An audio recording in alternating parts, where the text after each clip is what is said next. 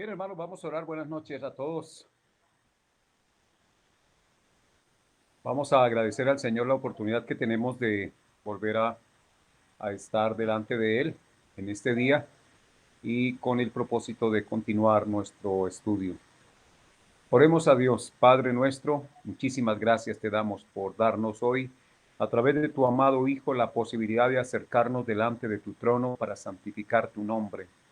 Sabemos que la mejor manera de hacerlo, Dios, es llevando una vida conforme a tu voluntad, Dios, la cual se expresa a través de mandamientos y nuestra obediencia o acatamiento a esos mandatos sencillamente te glorifican, te exaltan y demuestran que realmente estamos, Señor, en tu reino para vivir conforme a tus normas, conforme a tus leyes. Señor, muchísimas gracias. Concede, Padre, que cada día podamos estar conscientes de que vivimos y somos discípulos tuyos para hacer lo que tú deseas y no para hacer lo que nosotros queremos. Que todas aquellas cosas que están en nosotros, que no se acomodan a la voluntad tuya, vayan muriendo y como dice tu palabra, que hagamos morir todas estas cosas. Ayúdanos, Señor, por el poder de tu Espíritu Santo y el poder de la palabra, Dios, porque solamente el hombre puede limpiar su camino guardando tu palabra. Ayúdanos, Señor, y gracias te damos por el sustento diario, porque hasta aquí no ha faltado el pan en nuestra mesa, oh Dios, y por eso te bendecimos, teniendo la promesa de que mientras dure la tierra, no faltará la cementera, y por lo tanto tus hijos siempre van a poder, Señor, contar con la provisión que tú das. Y si en algún momento de nuestra vida hay escasez, aún para eso también estamos preparados, Señor, tanto para la abundancia como para la escasez. Ayúdanos, Dios, a glorificarte con todo nuestro corazón, en el nombre poderoso de Jesús, nuestro Señor, Dios y Rey. Amén. Bueno, hermanos, vamos a trabajar la última parte de la doctrina de Cristo que tiene que ver con la resurrección y la ascensión. Pero antes, quiero felicitar a Farid. Por ahí está Farid. Gracias, Farid. Creo que fue el único que presentó la tarea. Los demás no me enviaron tarea al grupo de WhatsApp, o al menos no estoy consciente de haberlas recibido. Recuerden que la tarea implicaba hacer una investigación respecto al día en el que muere el Señor. Y tradición religiosa enseña que Jesús murió un viernes y que resucitó un domingo, pero cuando estudiamos la Biblia nos damos cuenta de que eso no es así. Así que si alguno no la ha hecho, les doy 8 días para dar una nota sobre 8, ya no sobre 10, sobre 8 para quienes la presenten. Hay que partir de comparar las 4 versiones del Evangelio. Y bueno, a partir de ese estudio, ustedes sabrán aproximadamente qué día pudo haber muerto el Señor Jesús. En el dato que Farid me presentaba decía que Jesús murió el 14 de Nisan. Bueno, el 14 de Nisan era la fecha en la cual se celebraba la Pascua. Lo que no se sabe exactamente es si en ese año el 14 de Nisan caía o lunes o martes o miércoles o jueves o viernes o sábado o domingo, ¿no? Entonces, pero el Evangelio, al hacer la comparación de las versiones que nos dan los evangelistas, vamos a poder encontrar por lo menos 2 días de reposo y entre los 2 días de reposo un día de trabajo. Eso nos pone que Jesús muere a la víspera de un día de reposo, pero que no era el Sabbat. Ese día de reposo era la Pascua. Después de la Pascua hubo un día de trabajo. Luego del día de trabajo hubo un día de reposo conforme al mandamiento. Y bueno, ahí ya les hice alguna pequeña presentación para ayudarles a que ustedes puedan observar, pero deben sustentarlo desde las Sagradas Escrituras. Bueno, mis amados, vamos entonces a poder trabajar hoy con el último capítulo de la doctrina de Cristo que tiene que ver con la resurrección y ascensión. Hay una pregunta que hace el autor Wayne Grudem. Quisiera que alguno la respondiera. ¿Cómo era el cuerpo resucitado de Cristo?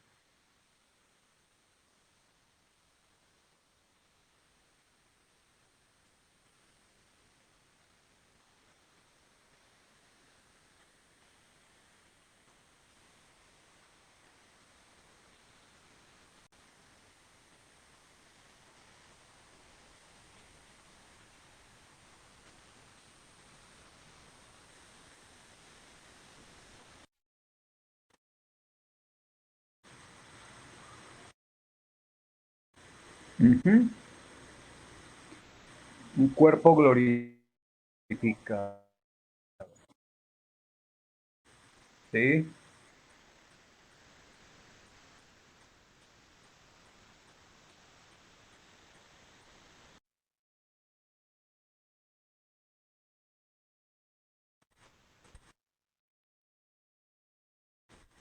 Ya.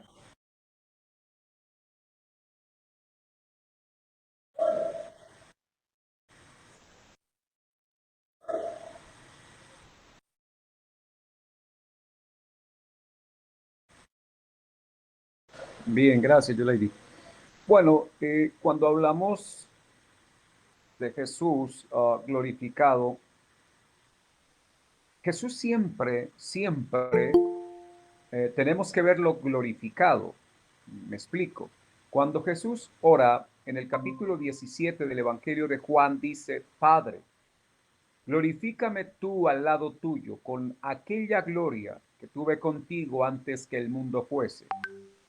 Eso nos deja ver que Jesús siempre estuvo disfrutando de la gloria con el Padre. Filipenses capítulo 2 nos va a decir que el Señor no escatimó el ser igual a Dios como cosa que aferrarse, sino que se despojó de la condición de Dios. Eso significa de la condición de gloria, para venir a tomar forma humana. Cuando Jesús nace, obviamente al estar Jesús presente en un cuerpo humano, un cuerpo físico, pues lo físico genera una limitación. Pero luego que Jesús resucita, tenemos que tener cuidado al pensar qué clase de limitaciones tendría el Señor. ¿Por qué razón? Si observamos cuando Jesús asciende a la presencia de Dios, Hechos capítulo 1, versículo, vamos a mirar de una vez.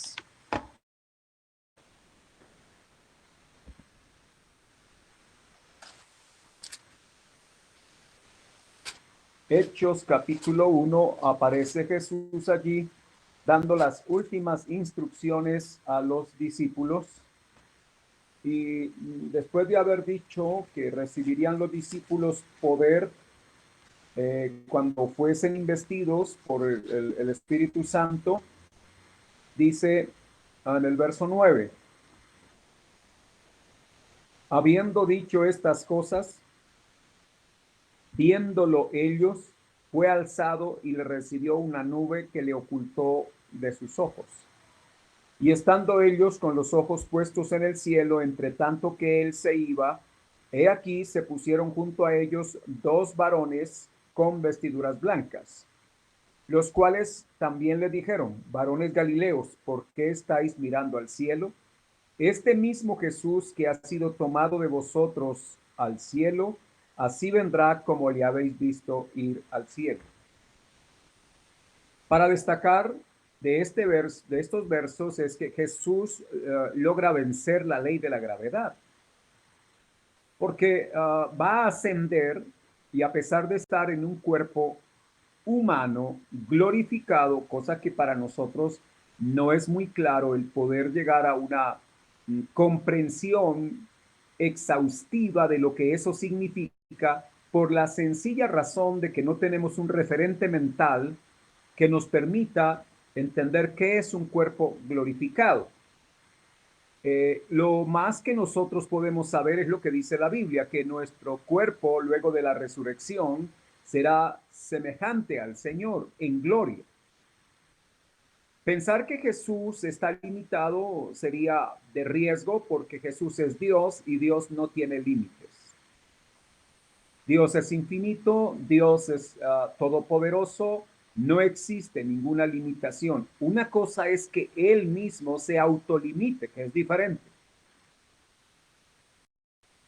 Y quisiera que ustedes lo pudieran ver desde esa perspectiva. Me explico. El Señor estando en su forma humana aquí en la tierra, Él también estaba como Dios presente en esa forma humana. Y como Dios, todos los atributos deben estar presentes en Jesús. Como por ejemplo, la omnisciencia estaba presente.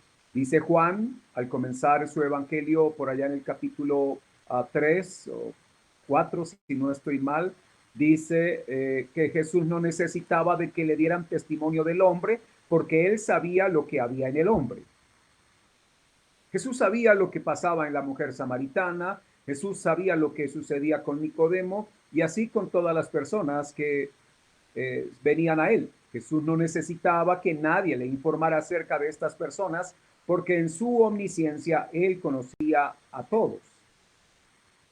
Pero Jesús se autolimitó para no hacer uso de sus prerrogativas divinas o de sus atributos divinos para así poder conformarse a vivir aquí en esta tierra, aunque tenía los poderes de Dios, vivió como un ser humano, se autolimitó él mismo.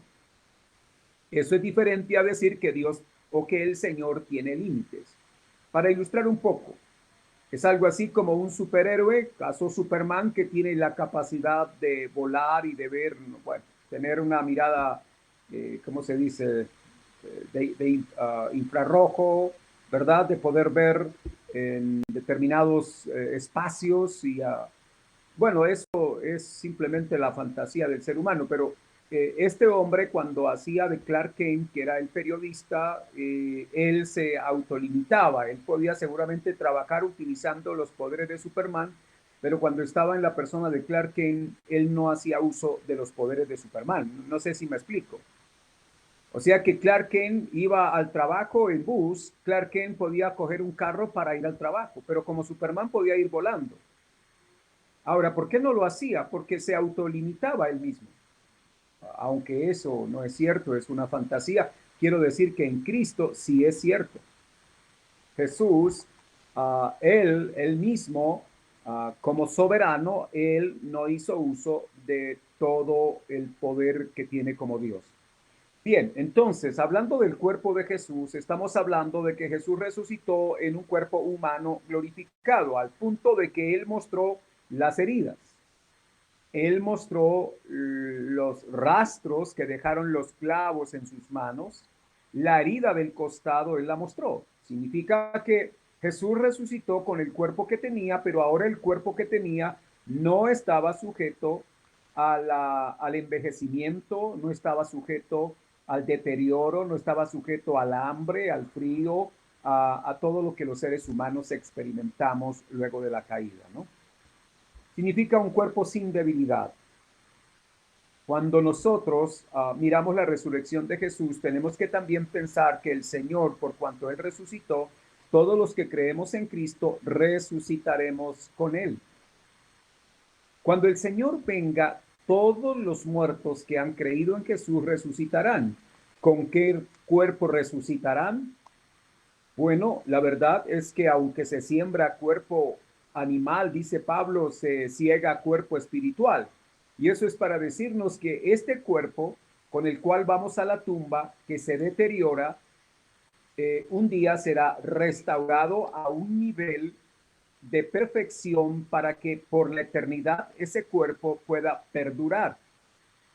O sea que nosotros resucitaremos en un cuerpo, o mejor, en nuestro cuerpo cuando el Señor regrese. Pero ya no vamos a tener temor por el envejecimiento, por la enfermedad, por los procesos de oxidación que sufren los cuerpos. No vamos a tener esa clase de situación, porque lo que se nos ha dado ahora en Cristo es vida eterna y resucitamos para entrar en plenitud en la vida eterna. Así que hay personas que dicen, bueno, pero si yo muero viejito, resucitaré viejito. Pues cuando una persona muere de 100 años, la pregunta es, ¿resucitará de 100 años? ¿Qué piensan los hermanos?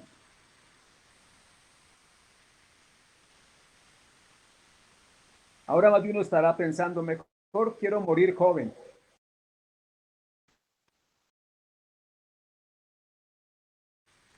Sí.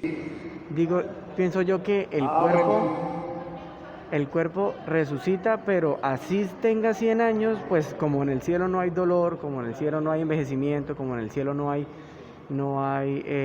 pues limitaciones que tenemos hoy día como seres humanos, pienso yo que así sea de 100 años, su movilidad será normal, su andar será normal, pienso yo. Bien, gracias, Miguel. Sí, lo que pasa, yo sé que nosotros estamos afectados porque cuando pensamos en una persona de 100 años, estamos viendo a un ser humano con mucho deterioro por el paso del tiempo. Pero, ¿qué son 100 años con la eternidad? O sea, 100 años comparados con la eternidad, finalmente no es nada. Cuando miramos, por ejemplo, a un niño de un año, a un bebé de un año, comparado con 100 años que pudiera ser el tope de la vida del ser humano, uno dice, pues un año no es nada, tiene toda la vida por delante. Pues igual pensar que 100 años respecto a la eternidad, pues es, amados hermanos, no tendrá la persona el dolor, el desgaste, porque precisamente en eso consiste la glorificación. Y, y es que nosotros seremos hechos perfectos. La edad para nosotros es algo que nos asusta, el tiempo va pasando y mientras yo estoy hablando, ustedes están envejeciendo ahí, igual yo también, así que eh, ahí vamos asándonos al mismo calor. Entonces, es importante entender que ya cuando resucitemos, por un lado no estará el temor a tener 100 años. El temor existe ahora. Yo sé que si le pregunto a alguna de las hermanas acerca de la vejez, digo a las hermanas porque principalmente pareciera ser que afecta un poco más a las mujeres pensar en llegar a la vejez. No todas, algunas son muy valientes y aceptan que llegar a viejos es un privilegio, es una bendición. La Biblia dice que la gloria de los jóvenes es su fuerza, pero que la hermosura de los ancianos es su vejez. Aún aquí, ser viejo, lo que pasa es que socialmente se nos ha hecho ver mal, pero no pasa así en el Oriente. En el Oriente los viejos son considerados sabios y las personas quieren llegar a ser sabias. No importa si la piel está un poco arrugada, no importa si los cabellos se han vuelto blancos, no interesa eso. Allí lo que se persigue es llegar a ser sabios y los ancianos son vistos como personas sabias. Bien, en la Biblia dice, ante las canas te inclinarás, o sea, que ante los viejos guardemos respeto, reverencia, es lo que la Biblia informa o nos enseña mejor. Pues hermanos, sí, creo que resucitaremos. Esto es especulación porque la Biblia no dice mayor cosa respecto a los detalles, sí nos dice que nosotros resucitaremos. Y si Jesús resucitó de la edad en la que fue sepultado, pues por obvia razón tenemos que pensar que nosotros resucitaremos de la edad en la que fuimos sepultados. Pero como seremos hechos perfectos, yo aspiro allí tener cabello, ¿no? Cuando yo resucite, aspiro volver a tener cabello. El que perdió una mano puede tener la confianza de que va a resucitar con sus manos completas. Uh, Me hice entender. Lo otro hace parte de las limitaciones, hace parte de las consecuencias del pecado, pero como ya no habrá pecado, tenemos que hablar entonces de seres humanos resucitados y hechos perfectos para la eternidad. Bien, otra pregunta que hace el autor tiene que ver con ¿por qué es importante que Jesús haya resucitado?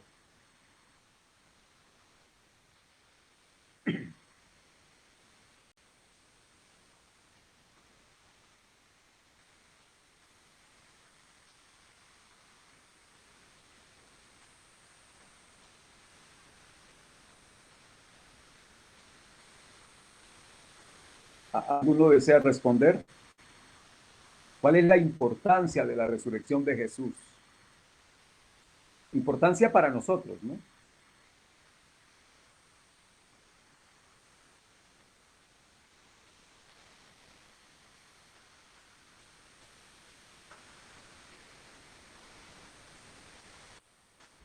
autor menciona que hay la resurrección de Cristo asegura nuestra regeneración, la resurrección de Cristo asegura nuestra justificación y la resurrección de Cristo asegura que también recibiremos cuerpos perfectos al resucitar. Eso es básicamente. Bien, gracias. Significa que si Jesús no hubiera resucitado, nosotros no tendríamos esperanza de volver a la vida. Creo que hablamos en algún momento de que los creyentes finalmente, aunque hablamos de morir, los creyentes no mueren, los creyentes duermen. Es más, finalmente todas las personas duermen en el polvo de la tierra. Pero en el día que venga el Señor, los creyentes resucitarán primero y la garantía es que Jesús resucitó y así como Jesús resucitó, el Señor también nos resucitará, porque el último enemigo en ser vencido por el Rey de Reyes y Señor de Señores, que es Cristo, es la muerte. Y la muerte tendrá el golpe final con la resurrección. Solo hasta el día de la resurrección el plan de salvación será consumado. Si ustedes miran Romanos capítulo 8, versículo, ya les voy a dar la cita exacta, Romanos 8:29, 8:30, dice así, Romanos 8:29, porque a los que antes conoció, también los predestinó para que fuesen hechos conformes a la imagen de su Hijo, para que Él sea el primogénito entre muchos hermanos. Y a los que predestinó, a estos también llamó. Y a los que llamó, a estos también justificó. Y a los que justificó, a estos también glorificó.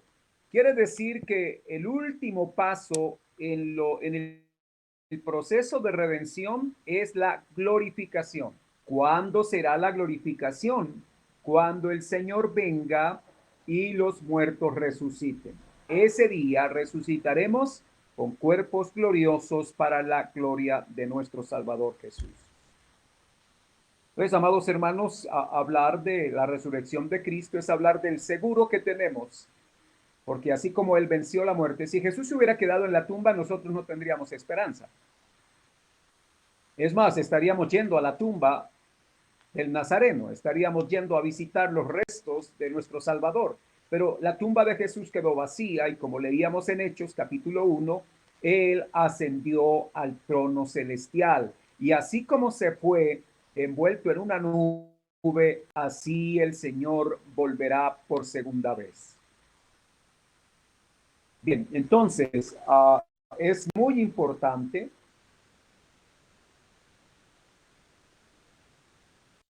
capítulo 15, da un valor mayúsculo al tema de la resurrección. No es un tema liviano, no es un tema, ¿qué le digo?, de poca importancia. No, cuando hablamos de la resurrección, nosotros estamos hablando de algo supremamente importante, tan importante que los discípulos cuando predicaban hablaban de Cristo y de la discursos permanentes de la iglesia primitiva. Por eso, si ustedes observan, Primera de Corintios, capítulo 15, dice, versículo 1, además os declaro, hermanos, el evangelio que os he predicado, el cual también recibisteis, en el cual también perseveráis, por el cual asimismo, si retenéis la palabra que os he predicado, sois salvos si no creísteis en vano. Porque primeramente os he enseñado lo que asimismo recibí, que Cristo murió por nuestros pecados conforme a las Escrituras, y que fue sepultado y que resucitó al tercer día conforme a las Escrituras, y que apareció a Cefas y después a los 12. Versículo 6, después apareció a más de 500 hermanos a la vez, de los cuales muchos viven aún y otros ya duermen. Después apareció a Jacobo, después a todos los apóstoles y al último de todos, como a un abortivo, me apareció a mí. Con esto, Pablo estaba hablándole a la iglesia de los Corintios para decirles acerca de lo que es el Evangelio. El Evangelio, sé que hay veces definimos y decimos es la buena noticia, sí, pero la buena noticia, ¿qué es lo que está anunciando la buena noticia? La buena noticia es que Jesús ha muerto por nuestros pecados, que Él fue sepultado para vencer la muerte y también que Él resucitó conforme a las Escrituras y que se apareció para que no quedaran dudas acerca de la victoria que Él obtuvo frente a la muerte y obviamente frente al pecado. Pero si en el versículo 12 ustedes observan, dice, pero si se predica de Cristo que resucitó de los muertos, ¿cómo dicen algunos entre vosotros que no hay resurrección de muertos? Porque si no hay resurrección de muertos, tampoco Cristo resucitó. Y si Cristo no resucitó, vana es entonces nuestra predicación, vana es también vuestra fe. Y somos hallados falsos testigos de Dios, porque hemos testificado de Dios que Él resucitó a Cristo, al cual no resucitó, si en verdad los muertos no resucitan. Porque si los muertos no resucitan, tampoco Cristo resucitó. Y si Cristo no resucitó, vuestra fe es vana, aún estáis en vuestros pecados. Entonces también los que durmieron en Cristo perecieron. Si en esta vida solamente esperamos en Cristo, somos los más dignos de conmiseración de todos los hombres. Mas ahora, Cristo ha resucitado de los muertos, primicia de los que durmieron es hecho. Porque por cuanto la muerte entró por un hombre, también por un hombre la resurrección de los muertos. Y él va a seguir hablando del tema de la resurrección. Con esto Pablo está explicando la resurrección de Cristo y a la vez diciéndonos que los muertos van a resucitar. Que los que dicen que los muertos no resucitan están negando una de las verdades vertebrales, estructurales del Evangelio. Es más, pensar que no hay resurrección no tendría sentido la vida cristiana. ¿Para qué entonces llevar una vida en rectitud, en justicia? ¿Para qué hacer la voluntad de Dios si al final todos mueren y todos desaparecen?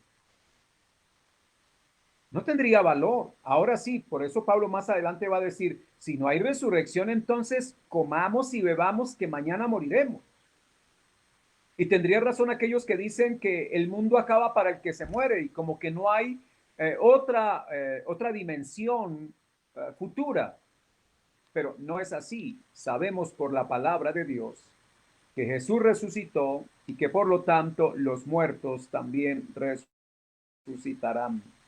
Y en especial, si ustedes leen todo el capítulo 15, van a encontrar unas lecciones muy importantes respecto a la resurrección. Así que hermanos, quería concluir esta parte también señalando que Jesús resucitó, que duró aproximadamente unos 40 días después de la resurrección, apareciéndose a los discípulos y a muchos hermanos, dice donde leíamos ahora, a más de 500 hermanos. De tal forma que esos 500 hermanos fueron testigos de la resurrección. Cuando Jesús resucitó aquel día, ya estaba circulando una falsa noticia, un falso evangelio. ¿Cuál era la falsa noticia o falso evangelio? Los sacerdotes habían pagado a los soldados que fueron testigos de la resurrección de Jesús y les encargaron a ellos y hicieron un arreglo con las autoridades de la época para que dijeran que los discípulos habían robado el cuerpo del Señor. Esa versión comenzó a circular. Luego, cuando Jesús resucita, ya los sacerdotes, ya los religiosos de la época estaban llevando el mensaje de que el cuerpo de Jesús había sido robado. Pero ¿qué hace el Señor? El Señor lo que hace es quedarse 40 días, empieza a aparecerse y ahora la mentira queda al descubierto porque los que fueron testigos de encontrar a Jesús resucitado están tan dispuestos a morir por Jesús, porque si no hubiese sido así y la mentira hubiese sido lo que realmente pasó, pues nadie hubiera muerto por una mentira. Pero los discípulos que vieron a Jesús resucitado estuvieron en la capacidad de morir por esa verdad, por la verdad del resucitado, con la esperanza de que un día nosotros resucitaremos. Luego ascendió y desde entonces está a la diestra del trono del Padre. ¿Qué hace Jesús a la diestra del trono del Padre? La Biblia dice que Él allí intercede por nosotros, o sea que Jesús está cumpliendo una función de tipo sacerdotal. Él es el único mediador, el único intercesor entre Dios y los hombres. ¿Ustedes están de acuerdo con eso? ¿Verdad que sí? Porque es lo que dice la Biblia. Hay un solo mediador entre Dios y los hombres, un solo abogado. Por eso quisiera hacer una pequeña observación. Algunas iglesias tienen ministerio de intercesión. Yo entiendo la idea, entiendo la intención también, pero no hay hombres y mujeres que puedan ser intercesores, porque uno solo es el intercesor, es Jesús. Él es el único mediador. Ahora, la Iglesia Católica tiene otros intercesores, otros mediadores. ¿Sabían ustedes que María es mediadora? ¿Sabían ustedes que los apóstoles son también mediadores? La Iglesia Católica se ha fabricado otros intercesores delante del Dios eterno. Esa doctrina no es bíblica. Como tampoco es bíblico que una iglesia tenga a Juan, a Pedro, estoy mirando a John Jairo, o no, a Samuel, estoy viendo también a Miguel, a Yuleidi, y pensar que ellos son intercesores. Dígame, ¿cuál es la diferencia con el catolicismo? No hay un ministerio de intercesión por los hombres. Un grupo de hermanos que hacen oración unos por otros.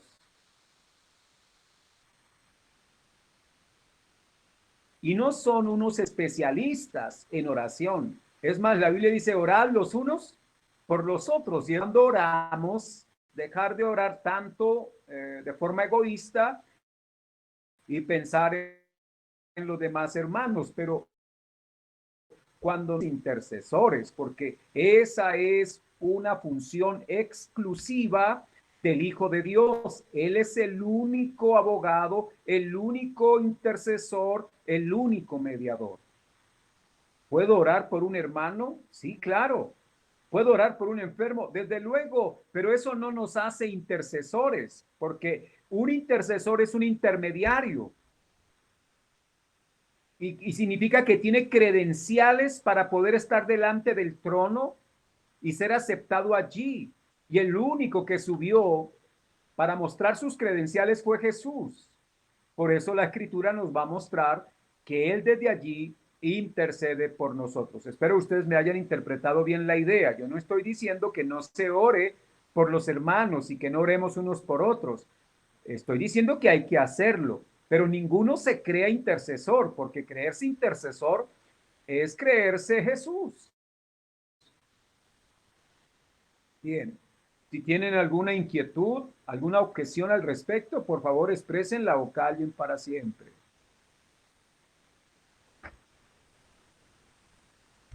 Bueno, avancemos. ¿Hay alguna pregunta, alguna inquietud?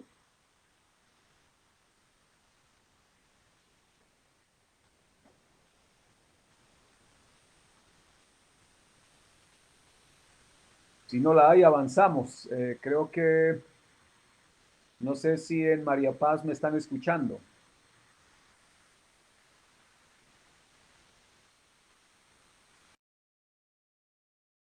Ah, bueno, es que veo la imagen congelada, entonces estaba pensando. Pastor, Bueno, cuando nosotros terminamos la doctrina de Cristo, entramos a otro capítulo y pastor, una debe pregunta. leerlo para la próxima clase. ¿Sí? ¿Alguien quiere preguntar? Sí, señor, antes de avanzar, eh, ¿en qué dimensión se puede ver que Jesús está sentado a la diestra del Padre, pero también que está cuando hay dos o tres reunidos en su nombre y que también está en todos lados por su omnipresencia? Bien, cuando nosotros hablamos de Jesús sentado en el trono, de hecho Hebreos, ustedes van a encontrar allí, eh, porque Hebreos tiene una característica y es mostrarnos cómo en Jesús se cumple el Antiguo Testamento, siendo Jesús superior a los ángeles, superior a Moisés, superior, superior al sacerdocio arónico, porque ahora Jesús establece un nuevo orden sacerdotal y habla de que Él es sacerdote, pero a la vez es el sacrificio y que Jesús traspasó los cielos para sentarse a la diestra del Padre y allí cumplir funciones sacerdotales. Ahora, quiero decir que Jesús no solo es sacerdote, Él es el rey, porque a Él se le fue entregado todo poder, todo dominio, toda autoridad. O sea que Jesús es, digamos, cuando ustedes miran en Génesis, se habla de que Melquisedec era sacerdote y rey de Salem. O sea que en la misma persona habían dos oficios, ser sacerdote y ser rey. Jesús es el verdadero Melquisedec, significa que él es el verdadero rey y el verdadero sacerdote. Respecto a que donde hay dos o tres, ese es un pasaje que me gustaría en algún momento explicarlo, porque lo que está en el contexto es cuando se reunían para juzgar una falta en la iglesia. Me explico. Para poder hacer un juicio a una persona bajo el pensamiento bíblico, debían estar dos o tres como testigos. Si no hay dos testigos para sustentar un asunto, para poder dar el mismo testimonio, no era aceptado ninguna acusación. Es importante que nosotros partamos de que ese pasaje tiene más que ver con la disciplina de la iglesia. Cuando hay que de pronto amonestar a un hermano, la escritura dice, a ver, no sea por el testimonio de uno solo, sino por el testimonio de dos o tres. Cuando es por el testimonio de dos o tres, se puede hacer el proceso disciplinario. Lo que dice el pasaje es que el Señor estará con nosotros. Eso significa que cuando dos o tres, sabiendo que deben hablar de acuerdo a la verdad, el Señor está ahí presente para respaldar la disciplina que la iglesia establezca. Lo que aten en la tierra será atado en el cielo, y bueno, todo esto significa los procesos disciplinarios o juicios que la iglesia debe hacer a sus miembros. Entiéndase por juicio un asunto de sancionar a un hermano por conducta irregular, que no debe ser sancionado por el comentario de una sola persona, sino que debe ser por el testimonio de mínimo dos o tres personas. Solo así el asunto procede. Mientras no exista eso, no procede. Y Jesús está diciendo, si hay dos o tres, ahí estoy yo, lo cual significa que el Señor también se suma al testimonio que den estos dos o tres conforme a la verdad. La omnipresencia de Cristo es bajo la esencia de que Él es Dios. O sea, aun cuando Jesús esté sentado en el trono, Él no deja de ser Dios. Y como Dios, Él está en todo lugar. Como el Dios hombre, está allí sentado en el trono. Ahora, nosotros hablamos de figuras, el trono de Dios es una figura. No podríamos pensar que es una silla, ¿ya? Porque los seres humanos siempre pensamos de esa forma, pero cuando hablamos de Dios, de la grandeza del Altísimo, bueno, pues amados hermanos, el cielo es el trono. O sea, así tan pequeño es el trono de Dios que es el cielo mismo. La tierra es el estrado de sus pies, como para mostrarnos cuán grande es Dios. No es algo así como lo que nosotros podríamos tener como un marco de referencia mental de una silla y entonces Él está limitado ahí a quedarse ahí. No, el Señor es omnipresente, está en todas partes, porque a través del Espíritu de Dios Jesús hace presencia en la iglesia. A través del Espíritu Santo Él está con nosotros. Él dijo que Él iba a estar con nosotros todos los días hasta el fin del mundo. ¿Cómo es que Jesús cumple esa promesa? Cuando envió al Espíritu Santo. Porque por el Espíritu Jesús hace presencia en medio de la iglesia, hace presencia en el corazón suyo y mío si hemos creído en Él. No sé si expliqué mejor, si respondí la pregunta o enredé el asunto. Esto, pastor, una cosita, faltó una tarea ya que me acuerdo. La de el papel de la mujer en la iglesia. Bueno. Sí, interesante. Gracias, Miguel. ¿Investigaron?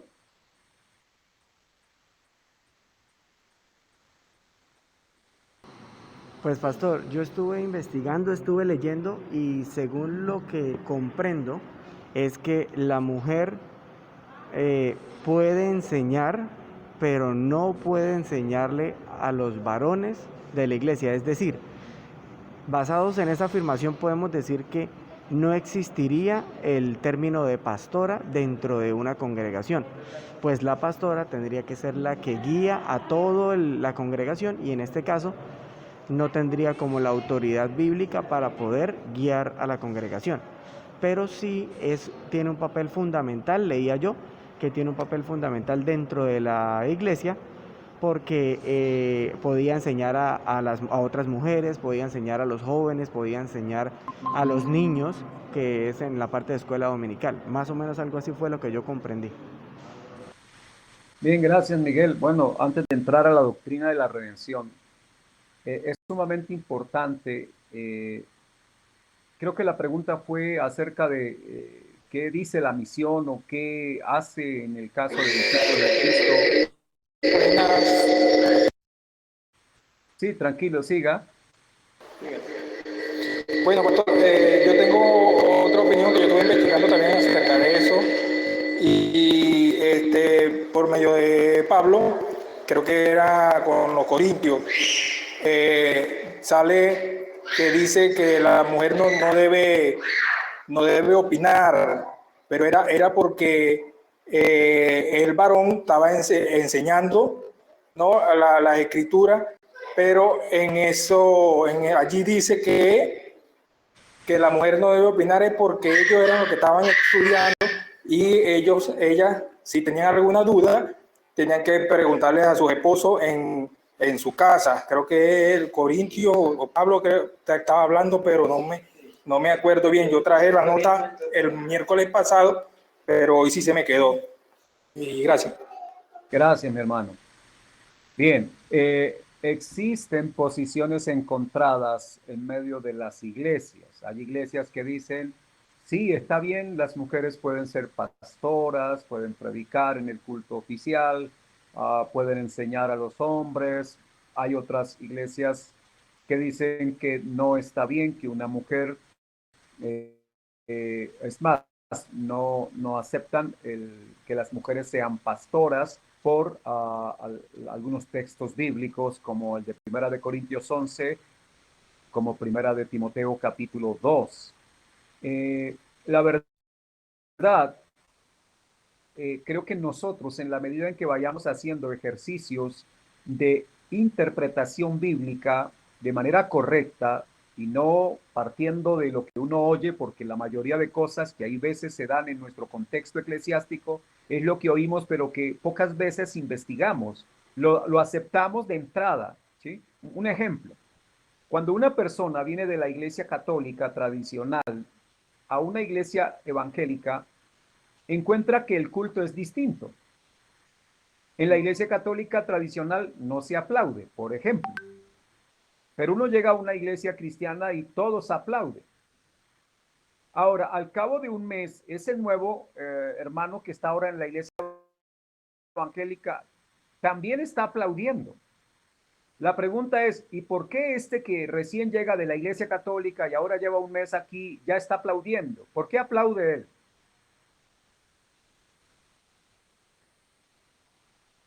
Porque ve a los demás. Sí, sí, esa es la respuesta. Porque ve a los otros aplaudir.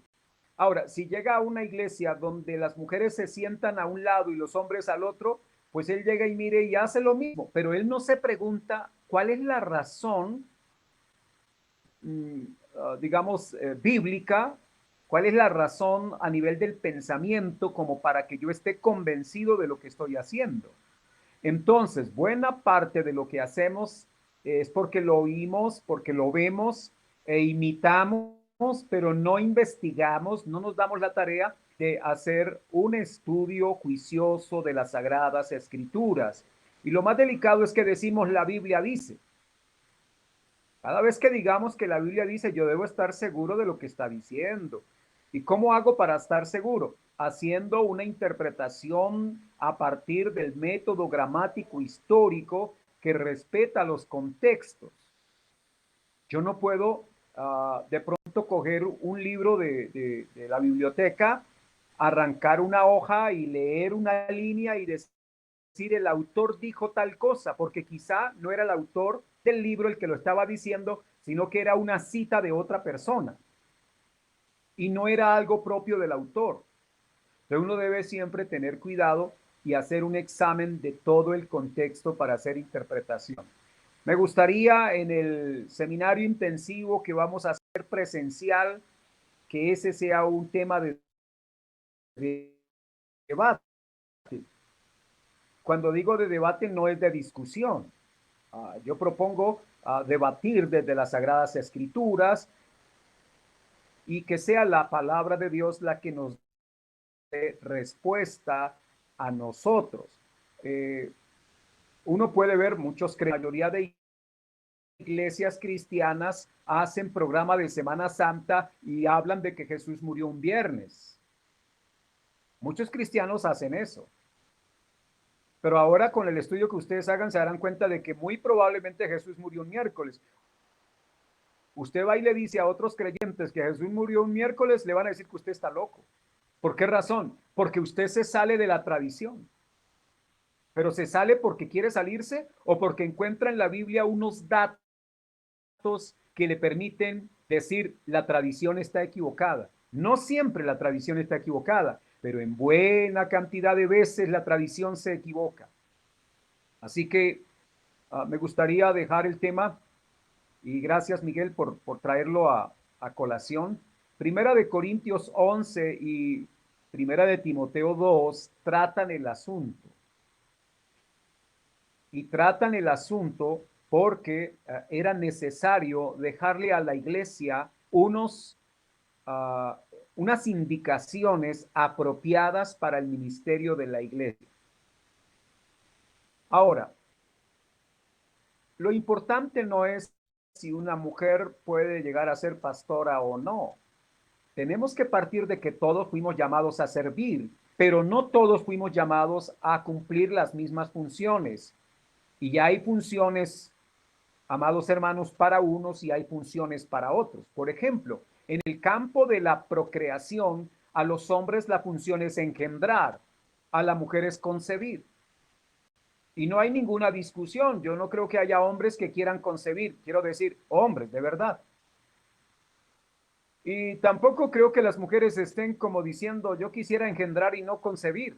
No, sencillamente a través de su anatomía, de su fisiología, entendemos que Dios estableció unos roles. y nos sometemos a Dios. Bien, me gustaría, voy a anotarlo como un tema para tratarlo allá. Cuando tengamos la oportunidad de sacar el rato para hacerlo de manera presencial, a raíz de que nos toca mirar varias escrituras, hacer un ejercicio interpretativo y luego de eso entonces sacaremos las conclusiones. Vamos a continuar y anoten, tarea para el próximo miércoles. Deben leer toda la parte 5, que va desde el capítulo 17 hasta el capítulo 25.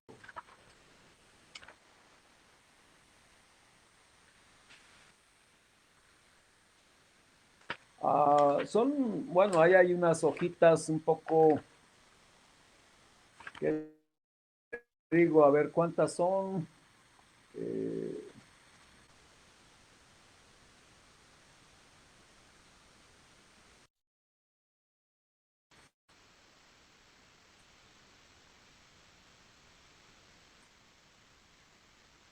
Son como una doctrina de la redención. Quiero pedirles algo y es,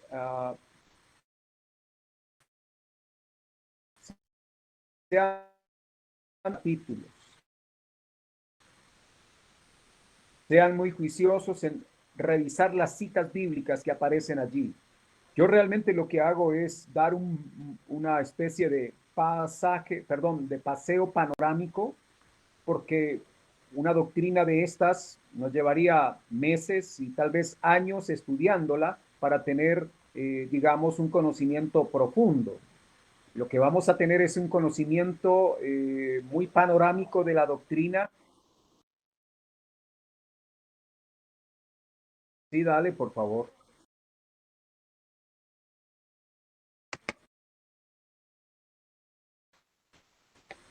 Bueno, gracias, hermana. Creo que es tradición.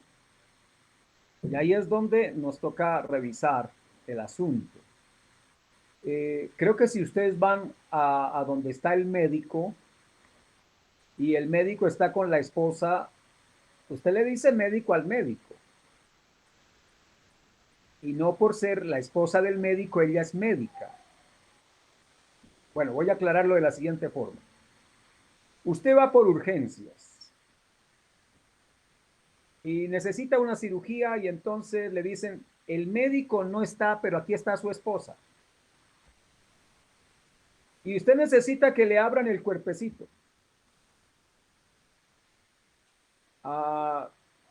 ¿Usted aceptaría que la esposa del médico le hiciera la cirugía solo porque es la esposa del médico?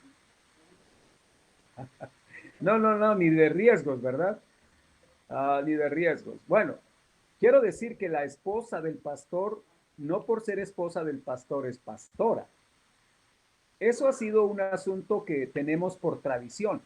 Entiendo que hay hermanos que saben que la esposa del pastor no es pastora, ellos lo saben, pero de cariño le dicen pastora. De cariño, eso es otra cosa. Ya, pero aún, por ejemplo, creo que a algunas esposas de pastores les incomoda que les digan pastoras por la simple razón de que ellas saben que no lo son. ¿Sí? Dicen a los hermanos, no, yo soy la esposa del pastor, yo no soy la pastora.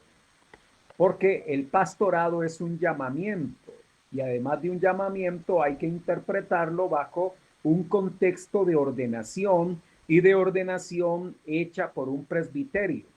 Es lo que encontramos en la Biblia. Pero gracias por la pregunta, hermana. O sea, si ustedes quieren llamar a la esposa del pastor pastora, yo no veo problema, no es una herejía, tampoco nadie va a ir al infierno por eso.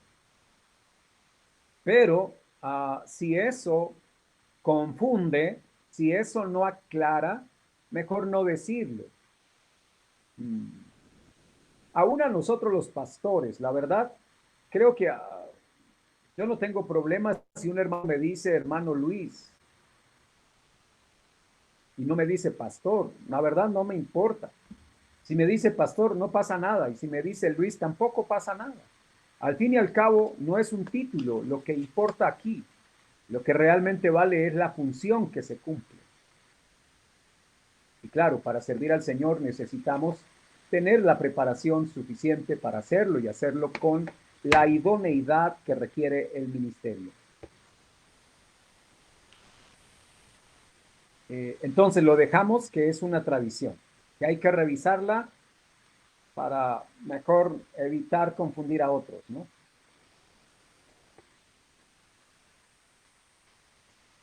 Vamos a ver por aquí. Me hacen una pregunta. Kelly. Buenas noches, Kelly.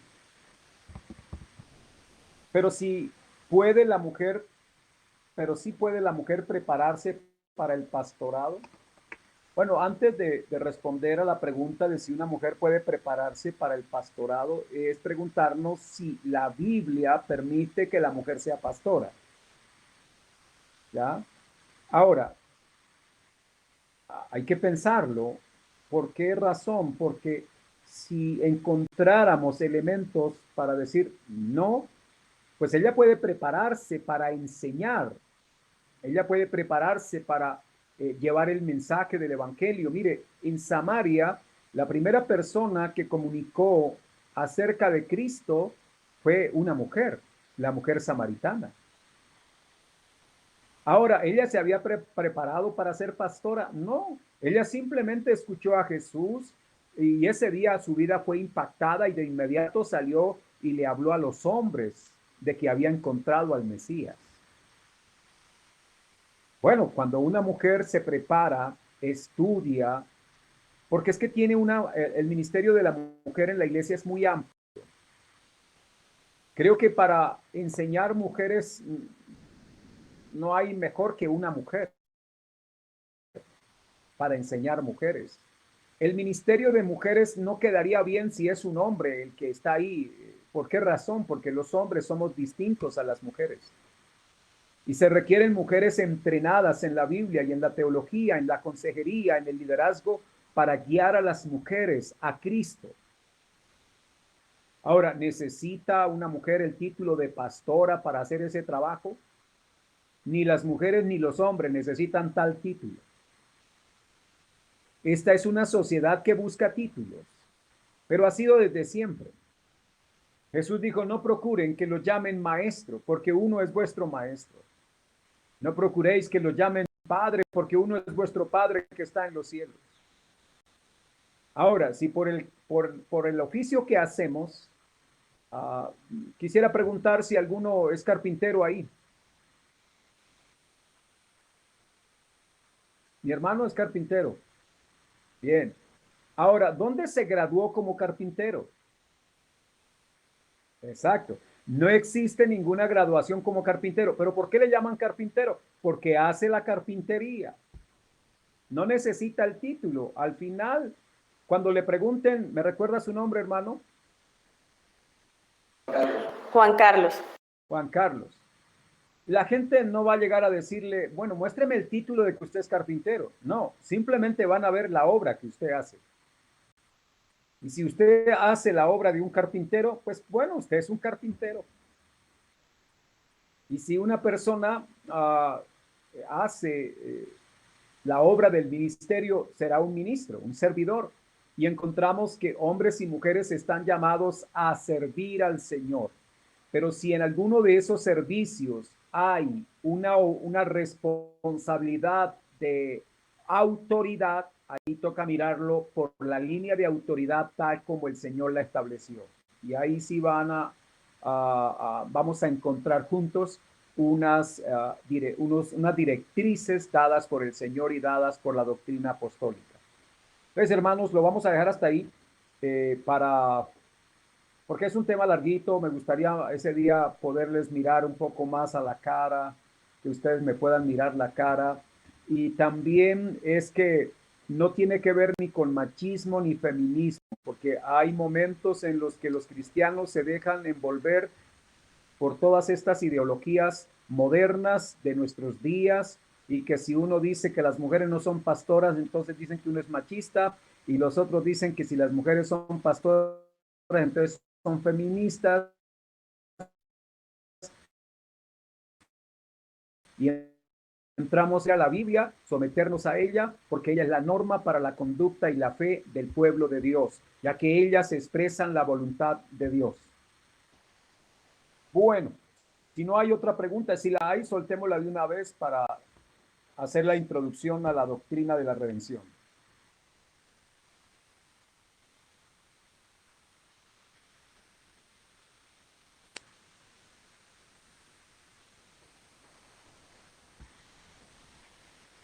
Bien, cuando hablamos de la doctrina de la redención, estamos hablando de la doctrina central de las Sagradas Escrituras.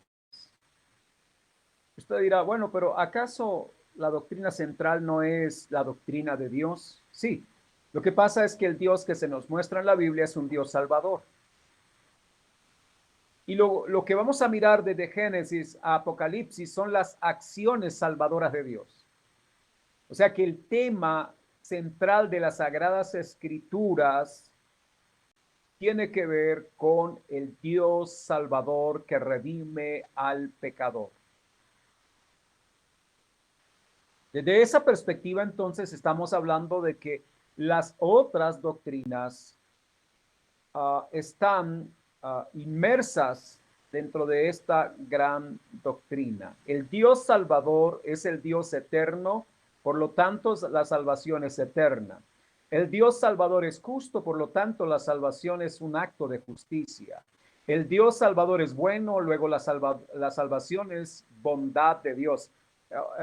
Por eso hay que ver que la doctrina de la salvación es una doctrina que debe ser estudiada en la iglesia, que los hermanos deben tener claridad.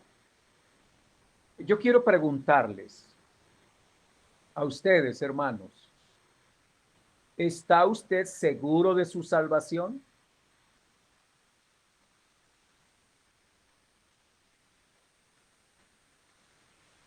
Bueno, yo estoy viendo rostros dubitativos. Dale, you lady. Segurísimos, pastor. Bueno, yo le dice que está segurísima. ¿Alguien está dudísimo? Digo, dudosísimo.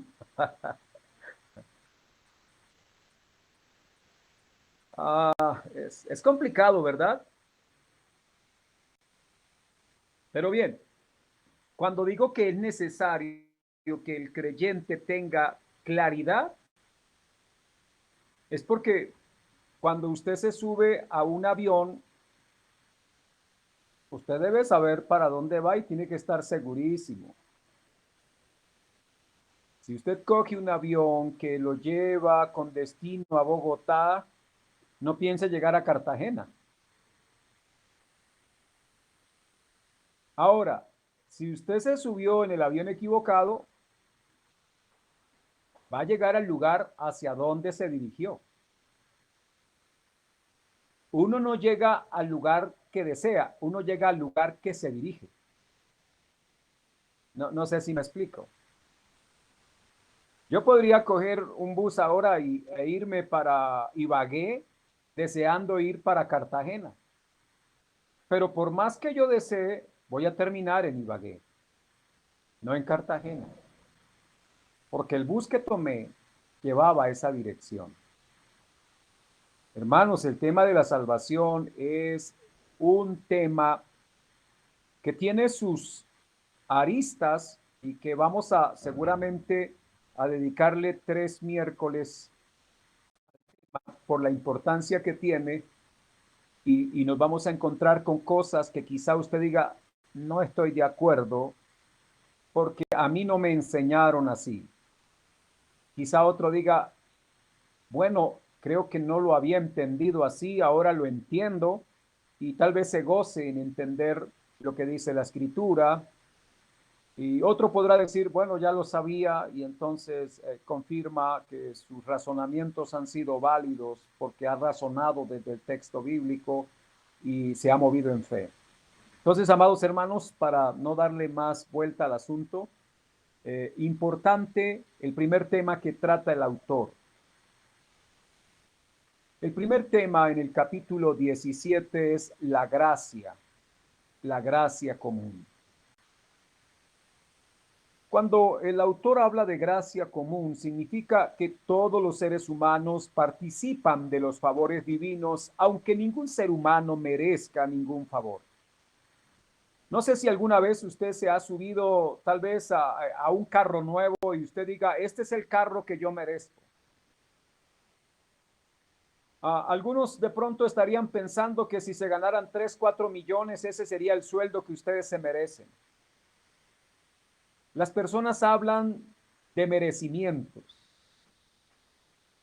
Pero cuando examinamos la Sagrada Escritura, vamos a encontrar que hay una sola cosa, una sola, que el hombre merece.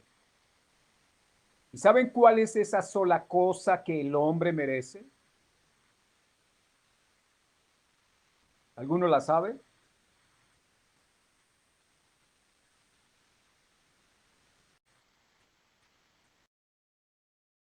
La muerte, gracias. Eso es lo que verdaderamente el hombre merece. Así que si Adán no fue fulminado el día en que pecó, no era porque no lo mereciera, lo merecía. ¿Por qué Adán no fue fulminado al instante? Bueno, porque Dios obró con gracia. Y Dios, aunque iba a cortar a Adán y Adán iba a morir, no iba a morir de inmediato, aunque ese día hubo una muerte inmediata. Dice la Biblia que Adán se acercó con unos delantales que ellos cosieron con hojas. Pero ¿quién puede taparse con unas hojas? Y de higuera. Porque si fueran hojas de plátano, uno dice las hojas de plátano son grandes, ¿no? Pero no, Adán no encontró una mata de plátano para buscar con qué taparse, buscó fue una higuera. Y ustedes conocen las higueras o lo que conocemos como un brevo o las brevas. Las hojas del brevo, que es la higuera, son muy pequeñas. O sea, qué vergüenza, ¿no? Las hojas de higuera no tapan nada. Con eso para decir que las obras que los seres humanos hacen para tratar de resolver su pecado, de nada sirven, porque así como las hojas de higuera no servían para cubrir la desnudez de Adán y Eva, bueno, ninguna obra humana sirve para tapar el pecado, para cubrirlo, quiero decir, para justificarse delante de Dios. ¿Qué hizo Dios? Tomó pieles de animales para cubrir a Adán y Eva, y dice que Dios los vistió, Dios los cubrió. Ese día, para tomar las pieles, pues aunque el texto no diga explícitamente que Dios sacrificó un animal o dos animales, la Biblia dice tomó pieles, y eso nos muestra que por lo menos dos animales tuvieron que haber sido sacrificados para obtener las pieles con las cuales Adán y Eva serían cubiertos. Eso significa que ese día alguien murió, pero murió fue alguien en lugar de otro. Con eso ya se nos estaba anunciando que Jesús, el Cordero de Dios, moriría en lugar de nosotros, para que nosotros fuésemos cubiertos no con la piel de Jesús, sino con la sangre de Jesús, que habla, amados hermanos, mejor que la sangre de Abel, ¿no? Dice por allá Primera de Juan. Bien, entonces, importante entender que lo único que merece el ser humano es la muerte, por cuanto todos pecaron, todos están destituidos de la gloria de Dios. El alma que pecare, dice Ezequiel capítulo 18, versículo 4, el alma que pecare esa morirá. Lo que el hombre merece es muerte. No tiene ninguna otra cosa a la cual apelar. ¿Por qué razón? Porque ha pecado delante del Dios justo y santo, delante del Dios perfecto, y ha desafiado a Dios, ha desafiado la ira divina. Si Dios no ha derramado su ira, es porque la Escritura dice que Él es lento para la ira y grande en misericordia. Hermano, por el hecho de que nosotros vayamos a la iglesia, cantemos, oremos, demos ofrendas, diezmos, quizá ayunemos, hagamos de vez en cuando una vigilia, leamos la Biblia, no pensemos que por esa razón merecemos ser salvos.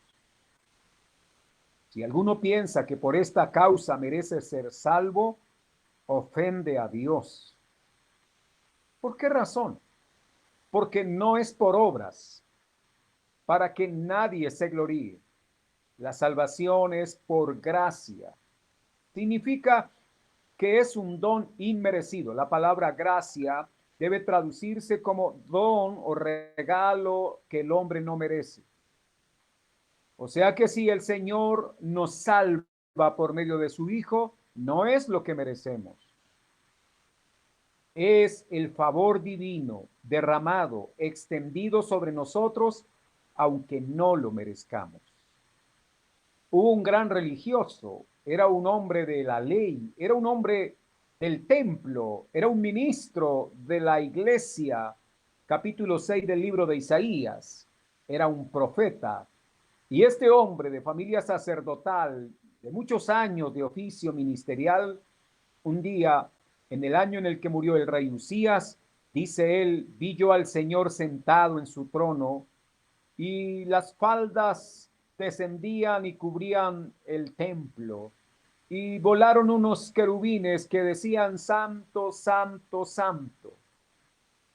Cuando Isaías tuvo esa visión, él exclamó y dijo, ay de mí, que soy hombre muerto. ¿Sabe qué entendió Isaías a pesar de que era un sacerdote, un líder religioso, un líder espiritual de muchos años?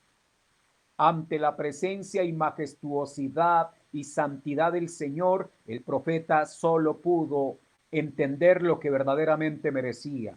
Él lo que merecía era morir, por eso dijo, soy hombre muerto, porque siendo un hombre de labios inmundos, he visto al Señor.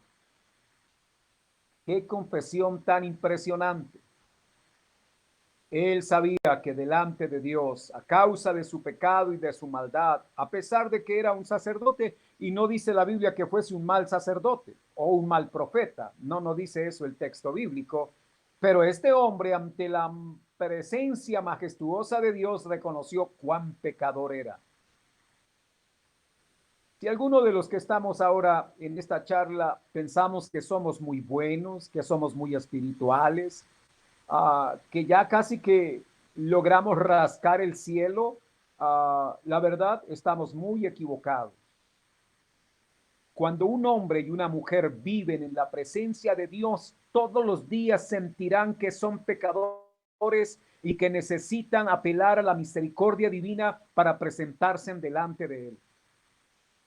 Pero cuando un hermano o hermana cree que es muy espiritual y que por lo tanto merece estar en X o en Y posición en la iglesia, no es más que un fariseo hipócrita que no ha entendido su posición delante del Señor y la verdad revelada en el Evangelio. Así que, hermanos, es de supremo cuidado. Mire, Dios no nos ha castigado porque Él es lento para la ira, pero muchas veces aún en los púlpitos merecemos que Dios nos liquide, que Dios nos aniquile porque hemos sido atrevidos y hemos tratado de dejar la idea de que somos santos, muy perfectos. ¿Sabe una cosa? Ustedes ahorita me están escuchando y quizás se hagan una idea acerca de mí, pero ustedes no me conocen. Es más, quizá podrían conocerme si un día me hacen disgustar. Yo podría conocerlos si de pronto por ahí en una charla, quizá, no sé, caminando, compartiendo juntos, yo los hago enojar. ¿Sabe por eso es que quién es la persona que más nos conoce? Después de Dios, el cónyuge, la esposa, el esposo, los hijitos. Ellos sí saben la clase de personas que somos. ¿Por qué razón? Porque puede ser que el hermano va a la iglesia y con nadie se disgusta, pero en la casa es un gruñón. En la casa la hermana es una gruñona y allí está enojándose a toda hora. Como que la aureola es parte de la indumentaria que utilizamos cuando vamos al templo. La verdad es que somos pecadores. Yo les quiero preguntar, ¿hoy han pensado cosas malas? Es probable, ¿verdad? Mejor, ¿han dicho mentiras hoy? Espero que no vaya a decirla ahora. Ah, Dios amado. O sea, la Biblia dice que todo hombre es pecador, pero Dios es veraz.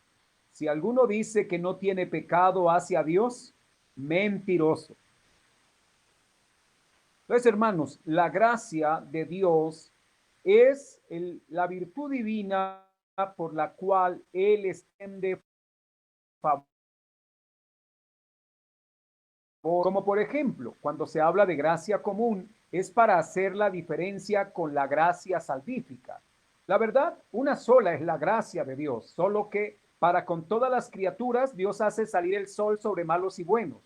Dios hace que la tierra produzca para pecadores, impíos y para justos. Dios hace que la lluvia caiga sobre la finca de la persona que es cristiana, pero también sobre la finca de la persona que no es cristiana. Eso es gracia común. Dios extiende sus favores, aunque ni el cristiano ni el otro lo merezca. Pero es el favor de Dios sobre todas las criaturas. El Señor dijo alimentar las aves del cielo. El Señor habló de cuidar los lirios del campo. Bueno, eso es gracia con toda la creación. Entonces, amados, entendamos que Dios no está obligado a bendecirnos. ¿Por qué razón? Porque Dios no nos debe nada a nosotros. No hemos hecho nada bueno como para que Dios tenga que pagarnos con algo bueno. Mejor, hemos hecho cosas malas y lo que nos toca decirle a Dios es: ten misericordia. La gracia es lo que hace que Dios me dé un favor divino. La misericordia es lo que hace que Dios no me dé el castigo que merezco. A ver, quiero que ustedes puedan tener claridad en estos dos términos. Gracia, virtud divina por la cual Dios me da favores que no merezco. Misericordia, virtud divina por la cual Dios no me da el castigo que yo merezco. ¿Notaron la diferencia entre la misericordia? Evita que Dios me dé la pela, el castigo que yo merezco. Qué pena, pastor, ¿nos puede repetir? Bueno, tranquila. La gracia es la virtud divina por la cual Dios me da favores o bendiciones que yo no merezco. Que no merezco. La misericordia es la virtud divina por la cual Dios no me da lo que yo merezco. ¿Qué merezco? Su ira, la muerte, castigo. Y por la misericordia de Dios es que Él no me aplica todo el castigo que yo merezco. Voy a ponerles un ejemplo. Usted tiene a su hija que que termina el año escolar y perdió todas las materias. ¿Qué merece su hija o su hijo? ¿Qué merece? Una pela. Una pela, y mejor como hasta 2 o 3 pelas, pero bueno, dejémoslo en una pela. Y resulta que usted tiene misericordia de ella. ¿Qué significa?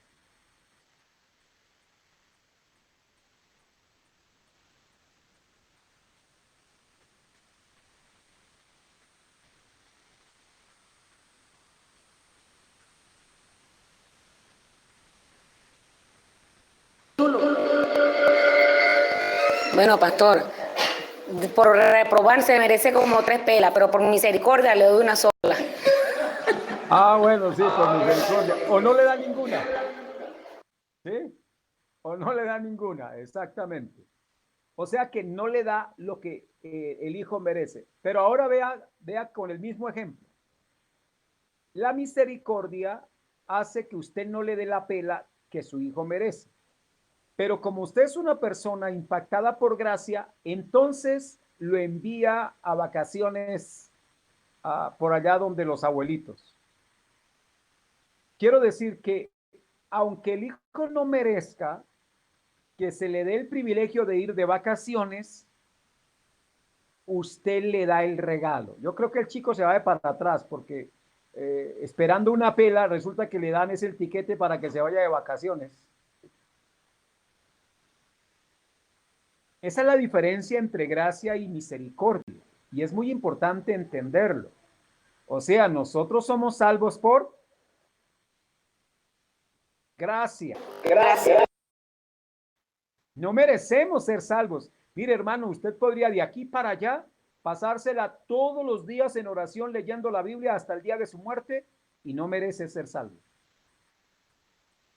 Porque lo más limpio, lo más justo de nosotros todavía es un trapo inmundo delante de Dios. Dios es tan bueno que mereciendo nosotros ser castigados eternamente, Dios no nos da el castigo eterno.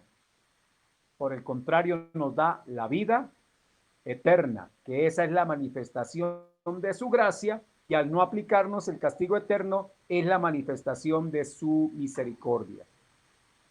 Bueno, amados hermanos, vamos a dejar por hoy hasta acá, porque quiero que ustedes lean bien esos capítulos que vienen ahí, porque son de suma importancia que los hayan leído, que hayan repasado las citas bíblicas, y bueno, que sigamos adelante en este ejercicio.